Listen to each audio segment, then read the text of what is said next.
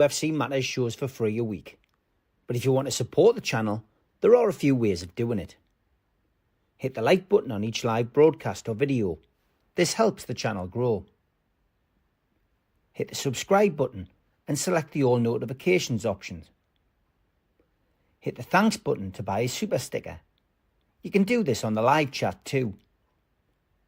You can also join our Patreon page or buy us a coffee at the link in all of our video descriptions below. We are also looking for sponsors. If you want our latest advertising rates and how you can get involved, then email John at nufcmatterspodcast1892@gmail.com. Thanks for watching.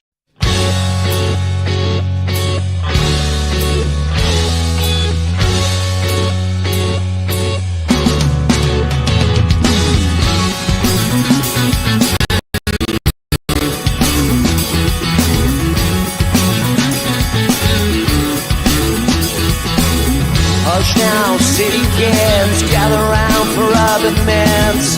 Hush now, city kids. When it came to me after so long, I didn't have no choices in the streets where I was from. When I think about the pain, I didn't have no choices. I took what I had sworn. Hush now, city kids, gather round for urban myths. Hush now, city kids. But you know, the wouldn't let you have it any other way. Good evening, welcome to NUFC Matters. It is the Fans Forum. Another week begins. Is it a happy one? Is it a frustrating one? I'm sure we'll find out in the next hour from our panelist of Newcastle United fans. Normally I would start with George. I'm going to start with Pablo. Pablo, you took your good lady to the Newcastle United game. The first game that I believe she's been to following Newcastle. All looked great in the build-up to the match. Both decked out in black and white, smiling faces. Did it stay that way, Pablo? In a word, no. No, do you know what? It was a fantastic day. She absolutely loved it. I mean, how she can be stood next to me smiling, clapping, loving the atmosphere up before we go down, I've no idea. I just had to kind of just cover my mouth like that. But no, yeah, she loved it. She'd been to series against Blackburn Rovers, and we were sat opposite the Newcastle fans, and obviously the noise coming from our away support was phenomenal. So yeah, no, it was a really good day, mate, up until around about 3 p.m.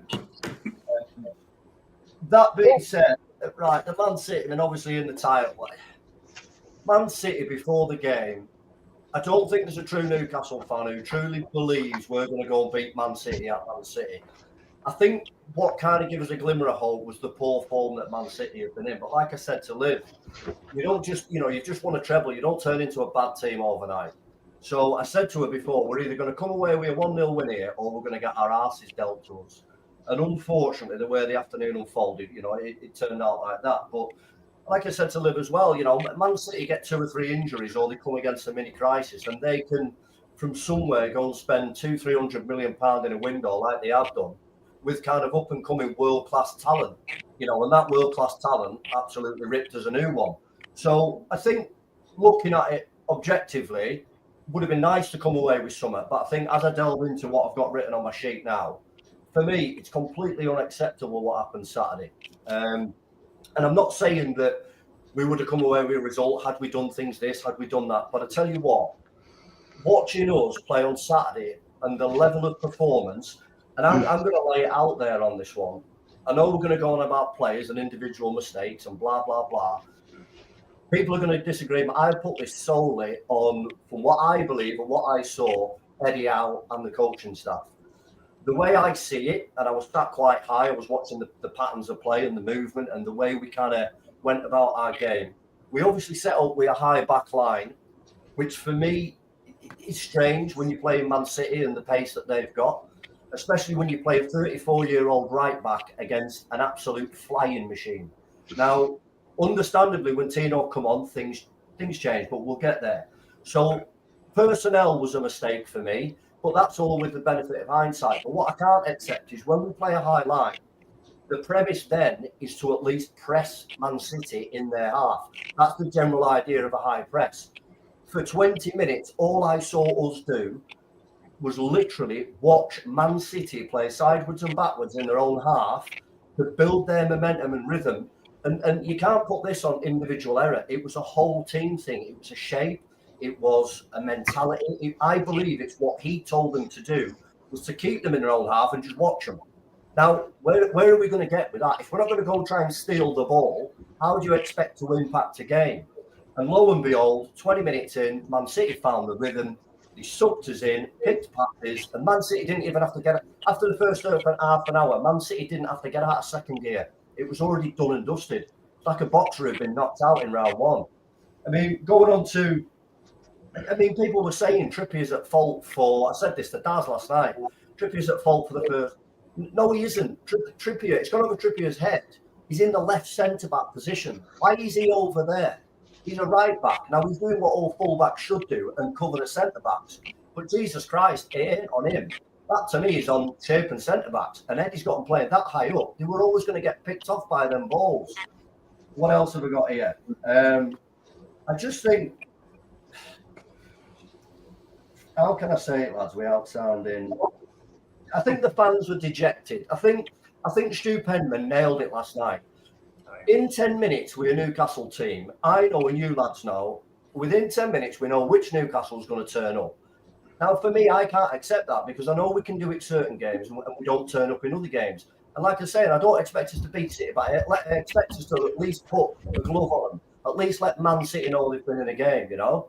Against Arsenal, why isn't Eddie using his own successes? Against Arsenal, we played the five at the back, we sat deeper and we picked them off using our kind of advantages and our skill set. Why doesn't he kind of follow his own successes and do that against Man City? Try that, because he's gone to Man City now several million times and got beaten and battered. So why is he not changing it and doing something different? Now, I understand there's personnel issues, but come on, you know, I don't accept that on Saturday. And when you've wasted a full day out to go and watch that and think after 20 minutes, fuck me, the game's over. You know, that ain't what we expect as fans. They're in the same league as us. Any team, any division you're in, you should be able to give the other team a game. If Ipswich can turn up and do it, or Southampton can, why can't we? I've got loads of other stuff written down, lads, but I don't want to go on too much. I'm in a bad mood. I've got a cold. That showing on Saturday got right on my bean, as you can tell. But I just don't accept it. There's got to be some responsibility from Eddie Howe for me for that one. I won't put it on the players at all. I think they were given instructions. Maybe they weren't following what he said to the letter, but between the lot of them, it was just an absolute shambles. Wow. Okay, it's interesting. I think it'll get opposite opinions. I'm going to go to Joe. I'm going to go to George next because I know Alan's got a lot to say. I did hear him whilst I was getting things sorted while I was in the green room. Go on then, George. Give us your views. You weren't at the game, but obviously, you know, you've witnessed the aftermath of it, and you know, you've got your own opinions, George. Is it Eddie's fault? Is it the players' fault? Is it a bit of both? What are you feeling, George, after that? Well, as you know, I try and look at what's happening over the whole pitch. Look at the players coming off the bus, even, and all that sort of thing. And you know, Pablo's saying that after 10 minutes he could see we were going to get a thrashing. As they got off the bus, I could see we were going to get a thrashing. There was the same thing that happened when we got battered at Brentford. Nobody with a smile on their face, all chattering away, and not chattering in a positive sense, nearly bickering is how I would put it. Well, when that happens, there's got to be something wrong, and if it goes onto the field like it did on Saturday, you get what you deserve. Now I'm wondering, now, again, Pablo's put his finger on something. Eddie Howe gets the praise when it goes right, when he's got to get some of the brick back when it doesn't go right. And I've got to say, I just wonder if when they're getting the team talk and they're told who's playing, that on matches like Saturday, they didn't agree what they were being told to do. They were disagreeing with how, and it went onto the field, and that's where we were, because there's definitely something wrong. How can any individual who watches what we did to Arsenal up here believe that that's the same team? It just isn't. There's something changes, and what changes is how they're being told to do things. It's got to be that. And when you're first in the first 20 minutes, you can see that your top three professionals are three of the top professionals in your team, Gordon, Bruno, and Trippier, are just going to get run over. It's time to do something different. You know, you've got, if that happens, you're on a hiding to nothing. I hear what people are saying about Trippier getting the blame for this goal and that goal. There was one goal Trippier could have stopped just by getting a bloody yellow card, but he didn't have the sense to do that. You know, it was so depressing to think that's the same, virtually the same set of lads that absolutely whitewashed Arsenal, and we couldn't do it on Saturday. So something changed, and what changed is maybe they're being asked to do something they don't like doing, and if that's the case, we've got a serious problem because if you know, I always say if the right Newcastle turns up, we can beat anybody. Well, that wasn't the right Newcastle on Saturday. And if that Newcastle turns up at Wembley against Liverpool, we'll get another shellacking as well. So yeah, it's very depressing and disappointing. You can go from the goalkeeper who went back to being the Dubravka that I wouldn't be happy to get rid of, right down through the rest. The only player that did anything like serious in the game was Tonali, and even he was well below par for himself. But the rest of them, it was difficult. I mean, Joe Willock tried his heart out at Birmingham. Well, he might as well not have been there on Saturday. I mean, he just was off the pace, out of it altogether. But he wasn't alone. That's the trouble. As I say, when your three senior professionals are as bad as they were, and if you look at what the scores the pundits are giving them threes, and justifiably so, in my opinion, you know, there's a problem, a big problem. So, yeah, disappointing in the extreme, to put it mildly. I've been trying to relate it to where we've been like this before. Ironically, the only time I can think being so anxious and disappointed with the team playing the good one week and bad the next week goes all the way back to the year 1955 when we won the cup, because they won the cup. And I can assure you the arguments in my home with the uncles, my father, my grandfather, and all the family and their friends was about the fact that they were throwing the league away to win the cup, because that's what was happening. They were great one week, terrible the next week. Some were playing, some weren't playing. And the view of Forest supporters, including my family, was that they were sacrificing the league to win the cup because that's where all the money was. There was no money in the league then. It was all in the cup.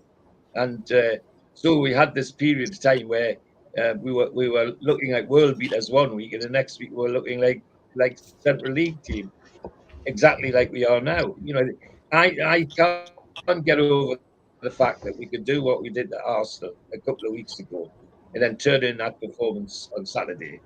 It's just unacceptable, Pablo says. I agree with him. Totally unacceptable. It's not, there's so much missing in the football that never mind. And the very fact that I agree with something else he said. Some of our players look absolutely knackered on Saturday. Why? You know, we've got this man Bunce that's supposed to be doing it. Sorry, we can't use that excuse. Man City played Real 3 days before, didn't they? So how can we be knackered if Man City can play bloody Real Madrid 3 days before? Well, exactly. We just look. Some of them just look knackered, and Gordon was one of them, I've got to say.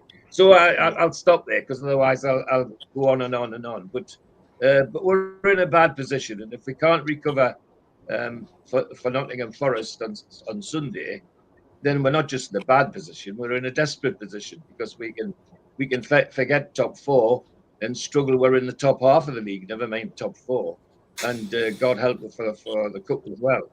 So there you are. I'll leave it at that, Steve. Otherwise, I'll go on forever. Okay, Alan. What's your feelings, mate? I know you've got a lot to say tonight. Absolutely bloody awful, Steve. One word, bloody awful. From 1 to 11. I thought our defence is like the Chelsea pensioners, makes them look like teenagers. When you've got Burns, Shaw, and Trippier all well into their 30s, it's showed. We've got the fourth, fifth oldest squad in the league, lads, and it's shown now. That was absolutely unacceptable. They went on that pitch from 1 to 10 or 1 to 11. They did not believe they were going to win that game. Now, I reckon Liverpool, in my opinion, are way ahead of Man City this season. And I went out, to be honest, lads, I went out at half time. I never saw the second half. I'd done my 4 or 5 mile run and I was sick. Not because of that game, because of what's going to happen in a month's time for the final. Because if anybody can genuinely say on this panel and in the chat that they believe that we're going to beat Liverpool in a month's time, then get in that changing room and tell them players, because not one of them believes they're going to do it next month. It was absolutely unacceptable. I said it before the chat. Darren didn't agree slightly, but I believe perversely, I think we've got a better chance of winning the FA Cup than we'll have the League Cup. But after seeing Brighton demolish Chelsea on the other night, it's going to be even tough to do that, to get through the next round. I think basically what showed, I know I'm going off on a tangent here, lads, but a lot of people are saying, why is he not spending? Sky had the figures last night after the Man U Tottenham game. Our net spend is 409 million, which is the 5th highest in the league. We haven't spent in the last 3 windows. We've only sold 153 million. Man United, Man City, Liverpool have sold far more. That's why we cannot buy players. And until we sell players for big money and raise our turnover, we will not be a part of the elite. We're looking at top 10. Well, it's the income as well, Alan. Yeah, well, that's what I'm getting at. Not just selling players, it's the income. It's both. We're trapped in a wheel. Now, Liverpool can turn around and say, right, Salah, on your bike, you want £400,000 a week, there you go to Saudi, wherever, we're getting you, Zach, because they can afford to do it. That's why fans go out and Chelsea do that, and out and Liverpool and Man City do that, because the income they're selling players, Aston Villa, for huge amounts of money. So, getting back to the game, lads, I have to admit, the second half, I was out doing my run. I felt physically sick because I know what's coming. Because that, until they change, until we win, to prove it, 6 of our defeats out of the 8 this season have been against the top 10 teams. We've got 4 away games. Brighton, we've never beaten them since the First World War down their place. Aston Villa, we beat them last year. We haven't beaten them since the Crimea War. Bloody Arsenal, we haven't beaten them since Henry V was on the throne. And Liverpool, since Stonehenge. So we've got 4 away games out of 6 left. And we haven't beaten them for bloody years and years and years. And people are talking about the top 4. We have to smell the coffee, lads. We've got an aging squad. And we've got to start selling players like Willock, Barnes, Longstaff, Trippier. We've got to let go. And Wilson. We've got to recycle the squad, as we're going to be in this never-ending turning wheel where we're only going to finish between 5th and 10th at best. Can you honestly say, lads, we're going to win the title in the next 2 or 3 years? Never in a million years, the way things are going. I don't blame it on Eddie Howe. I just think he's on a straitjacket with PSR, and it showed. Man City bought £200 million players in this transfer window, and they're off again running for next year. I'm just never been lower under the Eddie Howe reign, because it was a shambolic performance. No aptitude whatsoever. I'm just absolutely on the floor, and I dread the cup final in a month's time. Absolutely dread it. But we'll all live in hope, and dare I say it, when the cup final comes, I'll be hoping and praying. But I know where my feelings lie when it comes. They've got to prove it to me that they can be winners and want to win.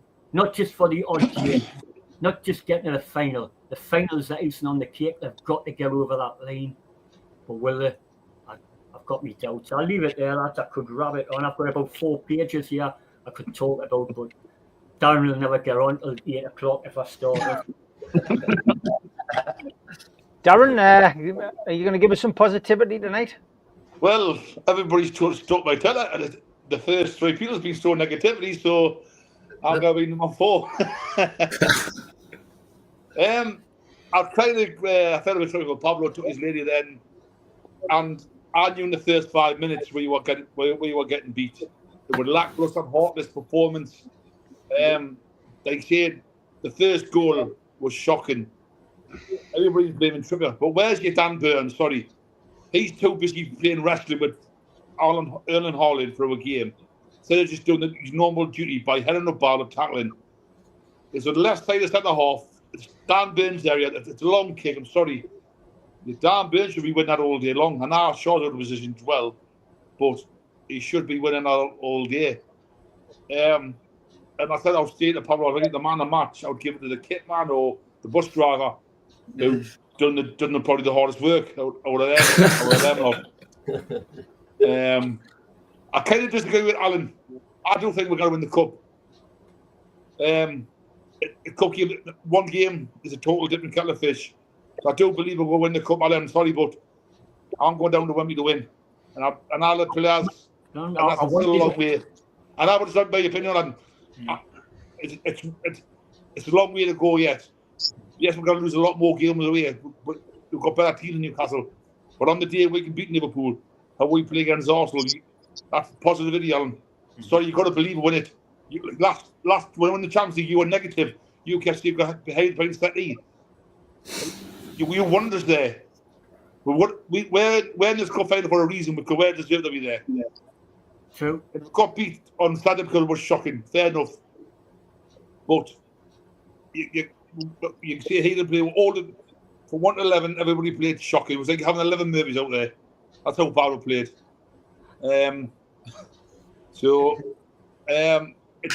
It's we got beat. Get him back in training, and Eddie Howe will get him right. I do agree with Pablo. Eddie Howe. I don't. He needs to look. I wrote yourself if he knows it's not working, he needs to change it a little bit. And talent wise, go. But have we got the players to change it? You tell we haven't.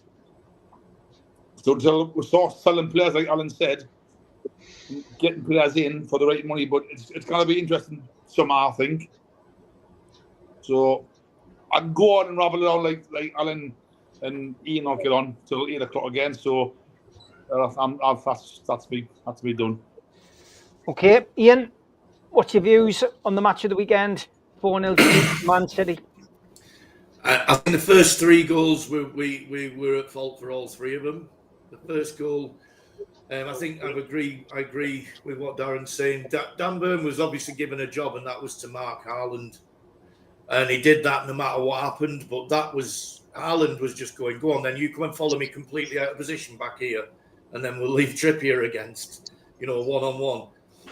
It's basics. The basics were just wrong, and all 3 goals for me. The first 3 goals were all avoidable if players were doing the basics right. But I thought we were shocking, really. There seemed again to be we go from a massive up to a massive down. I was just saying, after the last game when we win with everyone's going on about us getting top 4, and then after this it's we'll be looking at getting the top 10, and I just think we were rubbish on the day, and I know I've said that a lot this season, but Bruno coming out saying there was a lack of effort, I have to agree. It looked like there was a lack of effort. Whether there was or not is another thing, but I think a lack of confidence in beating Man City.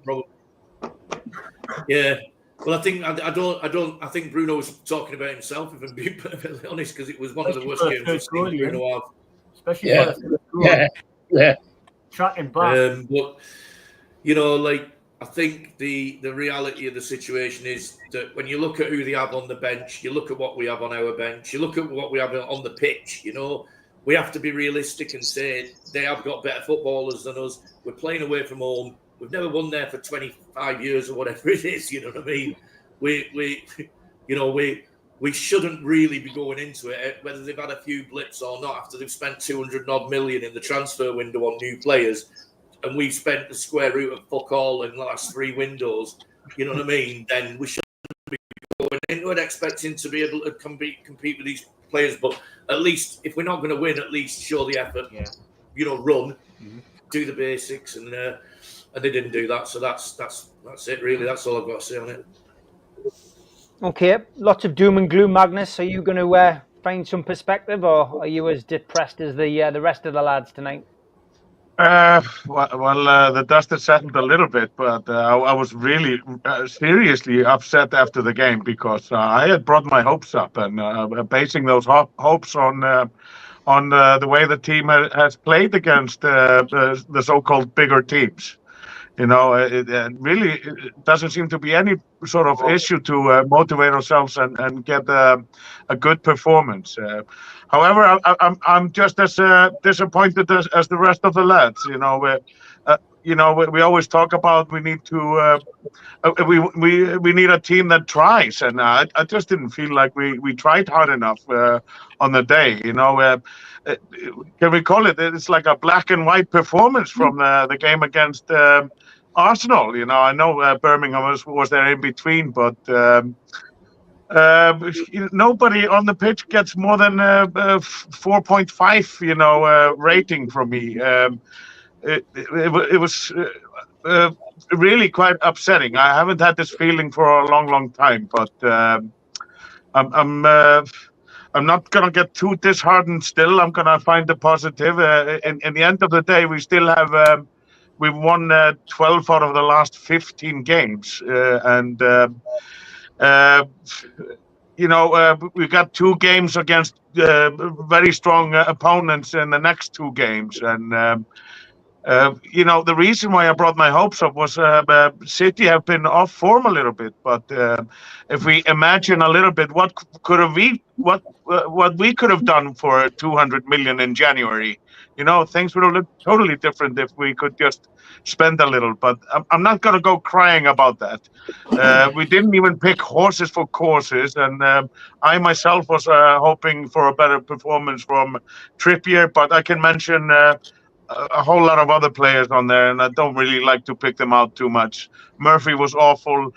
Even Hall didn't have a good game, and he's had a great season, but he had an awful game on the day. And you know, I hope to see no performance like this. I get worried when we don't create anything, and we didn't create absolutely nothing on the game. It was poor, disappointing, and I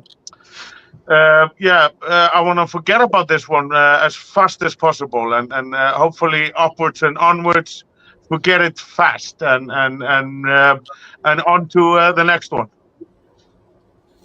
Okay, Tom. Well, I can't disagree with what anybody really said as far as the performance of the players, but I do want to talk back to Pablo's point about the setup of the team. Eddie started both Willock and he started Trippier, and that tells me 2 things. If he was going to start Willock, that means he wants to have a pressing game and he wants to attack the center of their defense with Willock running through the ball the same way Rodgers did that for Villa. And if he starts Trippier, it says, well, he needs to have a back 5 because Trippier cannot play in a back 4 anymore. He's too old to do that. But he did both of those. He started both. So if he would have started Kraft instead of Willock, then we have pretty much the same formation and style that we had against Arsenal. If he goes with a back 4, then he should have Tino, where you have the athleticism in the back that would counter that. So their first goal, I credit to Pep Guardiola, because Ederson, when he gets the ball, every one of his players runs 30 yards away from him. And we're playing man-to-man at that point, and he's got the entire middle of the field at the 18-yard line to do whatever the hell he wants to do. Yeah, So absolutely. if you look at that formation that we had on that goal, we had 11 players between their 25-yard line and midfield. We didn't have anybody back or anybody forward, and we never pressed the goalie at all at that match, and I think that's Pep. When we had the 1-1 draw earlier this season, we were pressuring Ederson, but we weren't doing that anymore. So I think Eddie did not respect them enough. I hear people say I give him too much respect. I don't understand why we would play Arsenal at home with five people in the back line, and we would go there playing a 4-3-3. I just don't get it whatsoever. So with all that said, the way our players showed up, we weren't going to win that match anyway. They're a good team. They got the best coach in all of football, and they just reinforced their team with 180 million quid. So we can't. I said last week that I thought we'd beat them. It was a pipe dream. I'm holding my hand up. In hindsight, that's stupidity. They're a world-class team with a world-class coach. They reinforced themselves quite a bit, and I don't think Eddie set us up to get anything from that match. So, so disappointed. With that said, George says, and he's said it 100 times, this team on our day can beat anyone on any given day, right? If the right team shows up and they play like they're supposed to, they can beat anybody. I'm very confident going into Wembley. I think Liverpool, if you didn't have Salah, would be, fighting for 5th, 6th place. He means that much to them. And so everything kind of goes through Salah. I think that we could beat them. I think the first half we played them pretty well at home, and then Salah got hot. So I think, I'm positive. I'm positive that if our players go out to play the way they're capable of playing, they can beat anybody at any given day. And they've proved that a number of times this year. So the bipolar fans, I get a little mad, after Bournemouth, everybody was about to slip their wrist, and then we beat Arsenal and everybody is saying we're going to win the league. It's crazy. It's 11 lads. They have good days. They have bad days. Eddie Howe has good days or bad days. It was a horrible performance, but I'm not giving up on the lads of the season. Okay, some positivity at last, Martin, from Tom, and I don't think it's misplaced. I've got to be honest. I think anybody who heard me last night, cup finals are one-off games. We don't need to be worrying about that at the minute.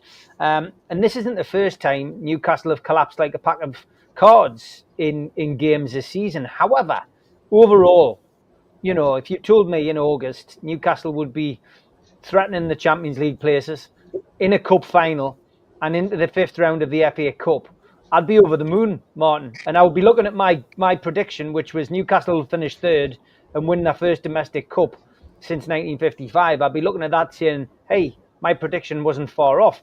I think I'm just calling for a bit of perspective. I understand it's not great when you lose 4-0 to Manchester City. It's not great when you lose by 4 goals again to Bournemouth, 2 of your rivals. But there has to be a bit of perspective. What are you feeling, Martin? You know what? I agree with a lot of what the lads are saying. I agree with what you're saying, Steve. I can take a defeat if we've stuck a boot in and we've at least given it 120%, and those players are coming off absolutely bollocks tired. But we didn't do that. We didn't even attempt to lay a glove on them. So for me, it's not. Listen, we over the years, all of us supporting this club, we've had matches where we've not expected to win, and we've sneaked a little 2-0 or a 2-1, and then we've been to St James's in games where we've gone, we're definitely going to win this, and we've been beaten 3-0 or 4-0, and you're kind of walking, back out the Leazes end or wherever, down past Rosie, scratching your head, going, what happened? How did that happen? And then you're off for your pints, and you're having a rant like we're doing now. But for me, it was. There's a couple of things for me. The mood was entirely wrong from the moment they stepped on the pitch. The lad said maybe even coming off the bus. They didn't look right in the mind. They didn't look like that they believed in themselves, and that for me is a massive, massive worry. A couple of weeks back, Arsenal beat City convincingly, and then we beat Arsenal, and somebody put on before football's a funny game. But again, I don't think I said it on Twitter, like, what was the setup? Like, we keep persisting in this 4-3-3, and it needs to change. And yet again, okay, we'll go goal down. Do you know what? There's probably not, between I would say Edison and Allison, there's probably not 2 better keepers in the world who can just ping a ball 60 yards over the top of a midfield and break it. They do it with Liverpool, do it with Salah and Jota, very regular, which makes me slightly concerned for next month. And City do it with Edison between Haaland, the likes of De Bruyne, Foden. So, like, I'm you know, I don't get to hardly any of the away games because I live in Ireland. But it doesn't take a rocket scientist to know what Edison's going to do when he gets the ball. Yeah. So if Eddie Howe is paid and his coaching staff, and I'm not just laying the blame at Eddie's door, if that coaching team can't see or don't know what Edison and Pep are going to set up like, then I'm sorry, but they're fucking idiots. Because all you got to do is watch the analytics and see how Edison plays ball. So to play that high line, it was you know, you may as well have been tying hand grenades to Dan Burns' balls and hoping that they don't go off, because it was just nonsense, absolute nonsense. And you know, I go back to the other piece, which I've said a few times already on the show, is where was Plan B? You go 2 goals down. Okay, at what point was there anybody in that team? And I'll start with Bruno. Listen, love the lad. But I said it a couple of weeks on here. I'm sorry, boys, but he is not a captain. I didn't see him get riled. I didn't see him G up the players. I didn't see him giving anybody a bollocking. I didn't see nothing from him. So that, to me, it's not that captaincy. I'm sorry, he's a great player on his time and on his day when he wants to be. He didn't show me jack shit on Saturday. I didn't see no captaincy from him. And he has to take the blame. He let those players out. He has to take the blame for some of what happened on the pitch. And I know there'll be people watching this and on Twitter going, oh, his class wasn't all down to Bruno. Sorry, he's the captain. He's the captain. And he has to take a percentage of the blame along with the coaching staff. So at 2-0 down, have you still got an opportunity to get in the game? Absolutely. There was another 45 minutes to play. I thought Miley, the only person I give a bit of credit to is I thought Miley done really well when he came on. And for me, I think he has to start against Forest, because I don't think the Willock experiment, I think Willock is gone. I think his legs are gone. Yeah. I don't know what's going on with the lad, but he's done. I think Dan Burn looks absolutely wrecked. I think what we need is the Shah and Botman that we had a season and a half ago defensively. But I don't think we've got that either. I think Shah has been all over the place. Last 2-3 games has been really poor. So I think it's just, there was a lot of, you know, in a team, if you've got one player or two that's out of form, you know, if somebody in the City team or the Liverpool or the Arsenal team, take Odegaard at Arsenal, is out of form for a little while, they've got other world-class players that can hide that. We don't have that. We get 1 or 2 of our players, i.e. an Isaac or a Gordon or a Bruno, that has an off day. We don't just have one. We had fucking 11 of them on Saturday. They all had an off day, all together. So it was hugely disappointing. I feel sorry for the likes of Pablo and his lass and the other however many thousand that went down to that ground, because I think it was embarrassing. And I put on Twitter on Saturday, somebody said, describe it in one word. And I'll tell you the word I used, which was gutless. I thought they were gutless because they didn't even try and lay a glove on. I would have taken a yellow from a Bruno or somebody for sticking a leg in somewhere. But, like, there was none of it. There was just no passion. There was no pride. There was no nothing. And, you know, to finish off me rant, I suppose a couple of weeks back, they took the mickey out of Haaland and said, stay humble. Well, do you know what, lads? We were humbled by 4 goals. And they're not the first team to humble us this season. And for me, that's a big concern. And I think we're like 22, 23. We're heading towards a cup final, and our form in the league has just hit the pits again. And I think George makes the point, and Pablo, the likes of Forest and Brighton will not be easy games. Make no bones, they won't be easy games. And I think just finally, Steve, I know before I pass on to Paul in here and the guys, and Jeff, the guys, the thing with the likes of Villa to a degree, but in particular the likes of Forest and Brighton, why they're playing so well is I would look at Bournemouth even and Brighton, probably the 2 main ones. Not only are they playing as a team, but the players that are selected complement each other, and they gel and they glue and they play the right way together, and they play as a unit. We just had 11 strangers on that pitch with no captain on Saturday, and that was the end result. We got what we deserved, and we're actually lucky that it was only 4-0. in my case. I thought because if Man City had kicked up, it could have been a hell of a lot worse. But yeah, that's it. Disappointing. Needs to change. Okay, good stuff. Some great points, Jeff. Over to you, mate. Your feelings about the game of the weekend? Well, it's down to me, I think, to pick up the pieces here. Go on, Jeff. First of all, I'd like to say big up the fans. From very early on, you could hear them straight away singing, echoing around that stadium, that rather horrible anodyne matte blue stadium. I thought they were Manchester City were very brave. Actually, I thought they prayed out against our press, and it was a simple, it was a fairly simple tactic. As soon as we've lost the ball or we've lost the press, they've chipped it over the top, and it's down to Debs and Dan Burn to stop them, and they're not going to do it. And 2 minutes 20, we lost our first throw-in. Right. Another favourite topic of mine, not having properly sorted our set pieces. If we can't retain possession from a throw-in, well, I don't know what to say, really. And, made the lads' day. Somebody was saying the other day about how Newcastle used to fulfil people's dreams, and that lad's got a hat-trick. We've made his day. So we can be proud of that as a club. We're very good at facilitating other people's records, and he'll remember that game for the rest of his life, and so probably will we. And it is like a kick in the guts. It does feel like you've been struck somewhere. And I've looked at everything. It's very unusual atmospheric conditions at the moment. The electromagnetic conditions in the upper atmosphere are very strange, but I still can't find a good excuse as why it was that poor. Anyway, somebody else can have a go now.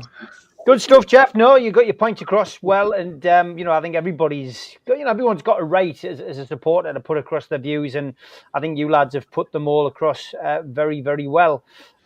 Stephen Kennedy, I will, you ask lots of questions. I'll let you have this one. We'll go back to George at the start. George. Stephen says, question for the lads, 1 word answer each. He says, ask them at the end of time, but I'll ask it now because otherwise we'd miss out on it. In a season where all the big hitters are having off seasons, if we don't make the top 5, who would you say is to blame? Would it be the players or Eddie Howe? And I guess this cements, a lot of what you are all saying. Some people are saying it's the manager's fault. Some people are saying the players. If we didn't make top 5, who would you lay the blame at, George?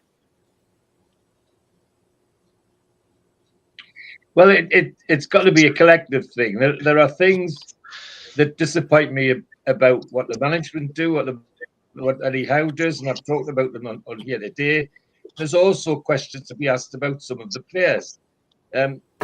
Some seem to switch off at peculiar times, and it costs us dearly.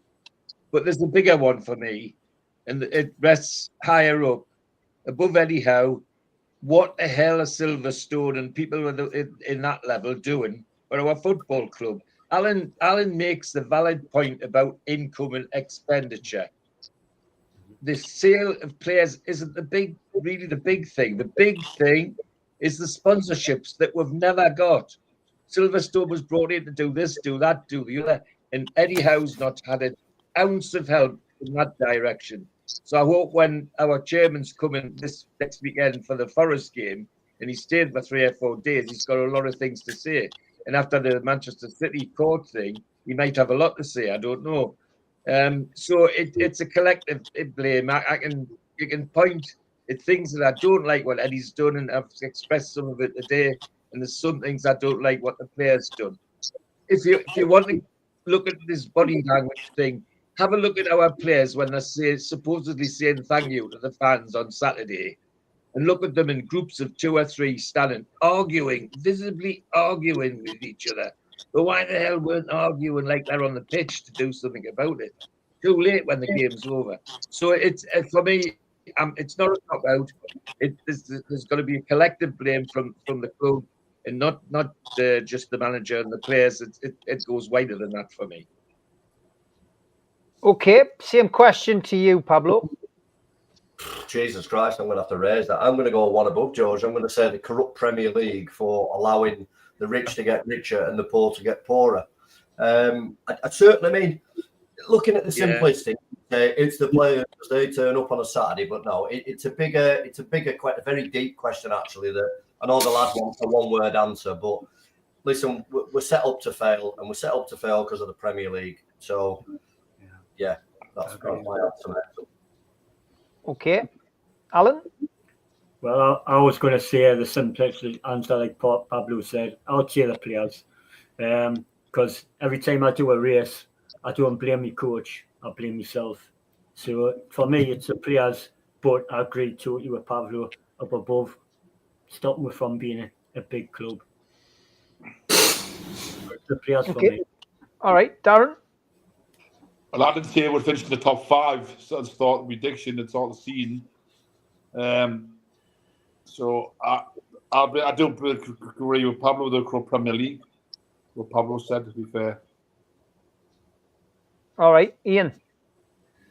Well, FFP, APT, whatever you want to call it, is to blame for us not having the players to be able to compete, I think, and that. So I'm not going to put the blame at. I think Eddie Howe's done really, really well.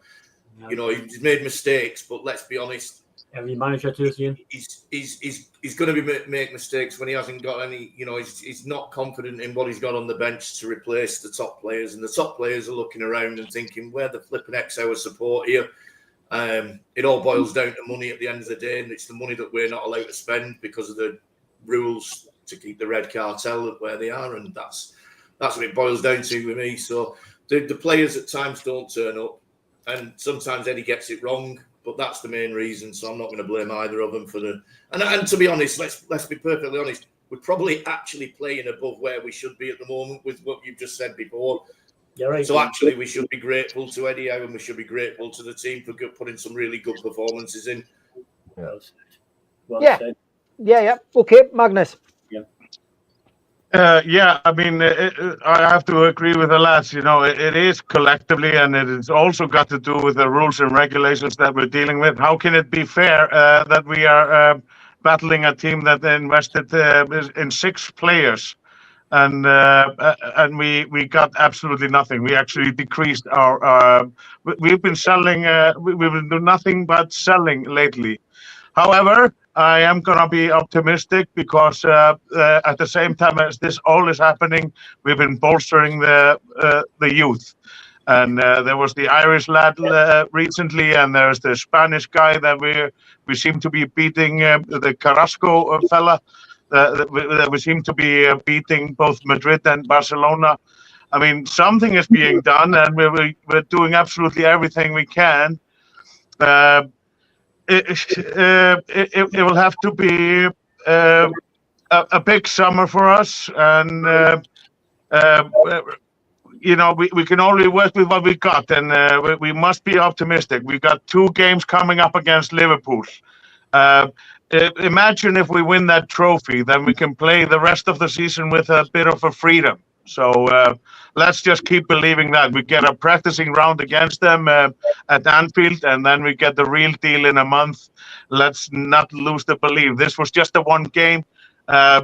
Forget and forgive, and let's get on with it. Great point with the academy, Magnus. Great point. Okay. Thanks. Thomas, there's a bit of positivity there from Magnus. Yeah, well, I blame the Red Cartel and their puppet masters. That's why we're in this situation. We know that if we were allowed to progress, we wouldn't be in this situation. But with that said, when we finish in Europe and we win ourselves a cup, I want all these doubting fans and everybody call for the heads of the manager and the heads of these players to give their head a shake, because you need to support the team through thick and thin. Okay, Martin. Well said, Tom. Yeah, no, I agree. I think Tom kind of hits the nail on the head. I think, look, the Premier League, it is where it is. You know, we know there's 5 other chairmen who decided that they didn't want another big fish at the table, and that you know, there's nothing we can do. However, I would probably, you know, where does a little bit of the blame lie? I think with our ownership, because I think there should be I think the biggest thing that we've done that we've not done well is I don't think there's been enough communication. around what's happening and what happened with the likes of, you know, with the likes of Gadusi and Stavely going. I don't think there's been enough activity. Obviously, Darren Eales, you know, the situation for the lad. But I think regardless of what happens with all of that, good ownership somehow, and City do it, is they find a way. And we haven't done that. So I think, unfortunately for me, a little bit of the blame lays with the ownership, with some poor communication and not being able to find a way and seemingly just accepting what is. Great point. Okay, Jeff, just a reminder of the question. I know sometimes it's hard when you go last. It was a yes or no, wasn't it? Well, it was just where, you know, basically who's to blame if we don't make the top 5? Well, I'll blame everybody, right, all the way through. That'll be the start. There is a whole bunch of stuff. The good news is, I mean, we could have blamed PSR, I think, but now we've had APT, which is not the advanced passenger train as it used to be, but means that we can actually now go out and spend money. And the future is bright. The future is black and white. And it's, you know, whatever we feel now, it's going to be better next season. The brakes are off. And with the background of redeveloping the ground and the training ground and all the things that are going on, right through the infrastructure to the airport, you know, we've got a lot to look forward to. And the fact that we got beaten off an extremely good team, I mean, you have to admire that, you know, they are a good team. And we haven't beaten them properly since God was a boy. So, you know, so much for that. Anyway, I'm being positive and optimistic and moving on. Okay, we're going to just get your views now on the forthcoming game. George, Nottingham Forest, the Chris Wood derby is upon us on Sunday. What are you feeling about that game? I mean, obviously we want Newcastle to turn things around, but I mean, you know, Botman could be back. What would you change? I know you'll be looking ahead to this on the Amigos on Friday, but you know, what would you change? Would you consider putting the same team out again and, you know, saying, look, you need to go and put that right? Would you be making drastic changes? What would you be doing? No. I love Kieran Trippier, but he's played his last game for Newcastle for me. They've got to go to Tino, or you're giving up on the future, in my view. You know, if Trips wants to go to Turkey or Timbuktu, let him go. He's done for me. If Butman's back and Eddie gets his head screwed on like he did against Arsenal, we can get a win against Nottingham Forest. If we do what we did against City, then Chris Wood will get another hat trick. So it's either chalk and cheese for me this week. I'm usually very optimistic. Well, the optimistic side says, as it usually does, right, Newcastle turns up, we can get a victory against Nottingham Forest. We don't. We play chess like we did on Saturday. It's a game we lose.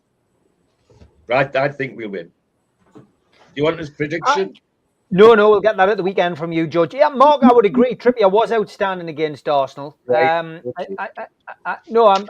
I'm just looking at this from a wider perspective. We got caught short, Mark. I agree with your point. I think we got caught short.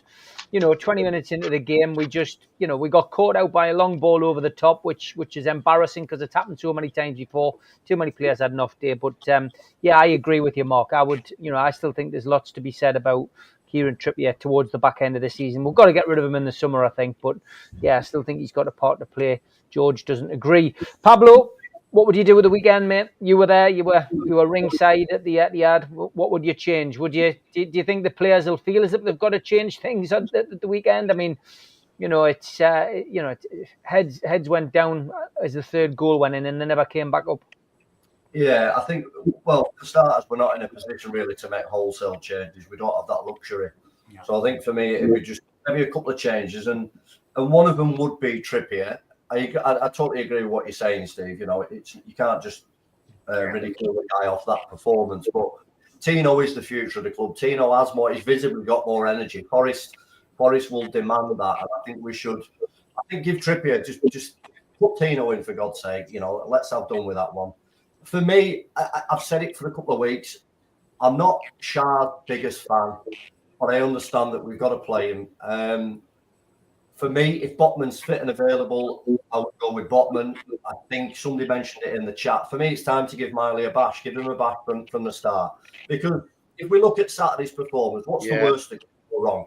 Really, what is the worst that can go wrong? We'll get beat, you know. But at least we'll have maybe tried something a little bit different. Because if we turn the same side out, you know, for the Forest game, and we have another dull performance, there's going to be a hell of a lot more pressure. So maybe try and change one or two things. And for me, I'd accept a draw. I'd accept a performance and a draw, just to some kind of reaction, so the players can give the fans, because it is a two-way street. This fan-player relationship's a two-way street. On Saturday, there was a lot of dejected fans, and maybe rightly so. The players need the fans need the players, but fans need to see something from the players that at least gives them belief and hope. So that's all I'm after, mate. Maybe a couple of little changes. Do Kieran Trippier a favour. Put Tino in and just let the lad come on as and when we need him. He's going in the summer anyway, like George said, probably. So why we keep holding on to this trips thing is beyond me. But, you know, there we go. I just hope for a performance, mate. Okay, give us a prediction, Pablo. I'm going to go 2-1 win. All right, Alan. I agree with what I just said, Pablo and George. I have I might probably even consider doing what he did against Arsenal, put Hall in midfield and have Tino at left back and Trippier at right back. But I certainly would like Miley in. I think Arsenal have got two young players, lads, that run the area in Lewis Skelly. Look, $1 million. And if they're old enough to play for Arsenal, we've got to see if Miley can do it for us. Give him a run in the team now. He had a good run last year and he looked all right. So we've got to get him in. Obviously, we've got to go for it. But as Forest don't like possession, we've got to be careful on the break because they're lightning fast on the break. They've showed before. They like to give the possession to us. So I'll be prepared for a boring 1-0 win, but I think we'll get beat 3-1. Okay, Darren. I would play Botman instead of Dan Burn. I'd drop him all day long. I'll play Miley instead of Joe Willock. And I would play Barnes for Murphy. And I disagree with George here, just like Trippier's last game. I guess he had a bad game, but it's still like he had a good game against Arsenal. He got games still in him till the end of the season. So I'm not going to like Joe in the bandwagon or he's rubbish. He's still a good player. He's average, and I got Tino who'll play a lot more. But Tino hasn't done good this season. He's done okay, but not great. So I'll play Tino, but I'll still keep Trippier in the squad. I'll play him if we can have change of formation. Give Trippier because he's still got a lot of leadership in him somehow. But that's the change that I will go. I gone for the 2-1 win on Sunday. Okay, Ian. Any changes at the weekend, mate, and a prediction? You're on there, mute, mate. Sorry, Paul. Sorry, Paul. Miley Willock is the obvious first one. I'd take Trips out and put Tino in. I would stick to playing with the old formation. I think we've got enough to more than cope with Forest, to be honest, at home. But I've said that before, and we've seen that your favourite Newcastle centre forwards done a job on us in the past, hasn't he? So, old buddy. But yeah, no, I think 2-0. I'm going to be positive, and I think that all the comments about Miley being slow, I think he's actually gained a yard of pace. From what I've seen this season, from the few occasions he's been on the pitch, and what he loses in pace, he's making up for in his strength and his ability to hold on to the ball. His passing's much better than Willock's, and I just think all round we need to get him on the pitch. If Big Joe's not available, for me he is the obvious replacement. So he gets stuck in as well. By the way, like I thought he put himself about well when he's been on the pitch. All right. And what was your prediction, Ian? 2-0. 2-0. Okay. Magnus? Yeah, I don't see Nottingham coming and taking anything in at St. James's Park. Let's make it the fortress that it is. And I mean, the changes I'd like to see. I mean, nobody is untouchable after that performance. So I'm saying let's make a few changes. If Botman is fit, I want him to play. I want Emil Kraft to play instead of Shah. I want Tino to play for Kieran Trippier. I would even give Pope a chance right now because of the last performance. It's pretty obvious that Miley has done enough for me to start for Jolinton, but we are really feeling the loss of him. He's like nobody else. I can see that we really feel not having Jolinton in our books. And Darren's not going to like this, I don't think. But I think I would like to see Osula start instead of Jacob Murphy after last game. Good shout, Magnus. Barnes being the great super sub that can impact the game, I would like him to start on the bench. The rest kind of speaks for itself. So I want a fair few changes in defense. One at midfield, and Osula should get the chance, given the current form that we've seen. Steve C said he would play Magnus at the back with Botman. He'd scare the life out of Forest. Thomas, before I ask you about Nottingham Forest, you have got an important announcement to make on behalf of the Tudor family. Yeah, so lads and lasses all over the world, we lost a great one in John Tudor not too long ago. As a lot of you know, that he moved to the United States and he was part of Toon Army, Minnesota. And on March 1st, there's going to be a funeral. And then Jonathan and Ann, his son and wife, are having a celebration of life at Britt's Pub in downtown Minneapolis that all the Toon Army, Minnesota is going to attend. I ask everybody if you'd like to write something in a note or on an email and send that to nufcmatters1892@gmail.com. I will personally give that to Ann and Jonathan, a collection of letters. I think it'd be really nice for fans all over the world to relate how much we appreciate what John Tudor has done for the black and white family. So if you can, take a few minutes, send those emails into Steve. He'll get them to me, and I'll present them to Ann at the celebration of life. Great stuff. Thank you for that. Yeah, so just to reiterate, nufcmatters1892@gmail.com if you'd like to send a personal message, and Tom will pass that on to the Tudor family, which I know will be gratefully received. So, Nottingham Forest at home, what's your thoughts about that game coming up at the weekend, Tom? Well, I stay with the 4-3-3. I know I talk about the formations all the time, but I'm going 4-3-3 at home against Forest. And I make two changes. I put Tino in and I put Miley in for Willock and for Trippier. Although I think against when we go to a back five, like we may do at Wembley, Trippier as a wing back is my choice there. I think that's where he fits, and his leadership means a lot there. But I go 2-0. I have two changes, and we are going to get back to our winning ways. Martin? Yeah, I go against what Tom said. Unfortunately, I'd change formation. I think we need to give Forest something to think about. I think the game will be dictated through the midfield and with Elanga as well. I think if we don't get hold of Gibbs White, we're in serious trouble because he will dictate that play. They've got so much pace about them where our defence doesn't, and that worries me because we've seen it. We've seen them dismantle a few teams this season. So I would bring Miley in, but maybe I'm slightly old school, but I would kind of go 4-4-2 or something similar, 4-2-3-1, or just have that bit of flexibility. I'd like to see maybe Osula up front with maybe Isak just behind him in like a kind of a 4-4-2, but kind of playing off him as like a 10, give him a bit more freedom to link up with the midfield, create some runs in towards their defence and keep them occupied.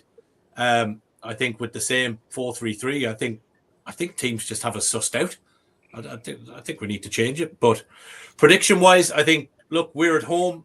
I want to see a reaction from those players. I don't care which 11 it is, but I want a reaction. Forest are a good team. They're not up there for, the lack of quality. They're one of these teams that play well as a unit. But I think if we get hold of Gibbs White and we control the game and we are up for it, then I think a 2-0. I think if we don't get hold of Gibbs White and we don't set up right, then I think 3-1 Forest. Okay, Jeff? Well, I don't think we want to let ourselves be dominated by somebody named after a toothpaste. And I'm not that worried, to be quite honest. I think we should win. I'm not going to predict the score, but I think, Miley back, certainly. It's a shame we haven't got Joe Linton. I don't think he's going to be fit, as far as I'm aware, because that would make a difference. But, yeah, I think we'll win. Okay, that's been a great fans forum as always. Some lively debate when Newcastle do lose. It hasn't happened very often this season, but everyone's opinion respected. And thanks for all of you in the chat tonight. Some great debates and some great comments made in the chat as well. I will be back live tomorrow night. Slight change of order this week. Gibbo and me will be live tomorrow night. The next couple of shows after that will be pre-records. I will be live on Friday though with the three amigos. But for now, thanks to Jeff, Martin, thanks to Tom, Magnus, Ian, Darren, Allen, Pablo, and George. Thanks to you for watching. I'll play out with the ad. See you all tomorrow night, 6 o'clock. Go boys. Cheers, Good lads. night, everybody. Good to see you, lads. A big thanks to all our sponsors, Skips and Bins. Say hello to low-cost waste disposal with pay-as-you-go and contract waste management. Find them at their website, skipsandbins.com. Contact them, www.skipsandbins.com/contact. A big thanks to Mr. Vicky's Sauces, handmade in Cumbria. You can find them at their website, mrvickies.co.uk, email info@mrvickies.co.uk, or telephone 01768 210 102. A big thanks to our fanzine sponsor, United Group Travel. 2 crew, driver and courier, local family company, 3-star plus quality hotels and no interchanges. All excursions included. Find them at their website, www.unitedgrouptravel.com. Email them at beverly.ugtl@gmail.com. Telephone 01670 632 460 or mobile 0791 666 4174. Just £30 per person deposit. There are no strangers on our tours, just friends you haven't met yet. A big thanks to Media Arts for all the help with the technical side of things. You can find them at their website, media-arts.co.uk. If you want to listen to us as a podcast, you can go to Sports Social Podcast Network. You can also find us on iTunes, Spotify, and your other podcast providers. If you want to help support the channel, hit the thumb up, which is the like button. Click share to share to your other social medias. Click join to join the channel. And click the subscribe button. We've also got links in our description for buy us a coffee and to be a Patreon member. Some events coming up. An afternoon with Sir Les Ferdinand, 6th of April, 12 till 4. Tickets available from ticketmaster.co.uk. No Covers takes place at the Clooney, Lilac Lane, Ryder and the Chris Norris Band. Tickets from theclooney.com or by telephoning 0191 230 4474. An evening with Steve Howie and Steve Watson, hosted by Joe Allen, takes place at the Tyneside Irish Centre on the 27th of June. Tickets for that are from newcastlelegends.com.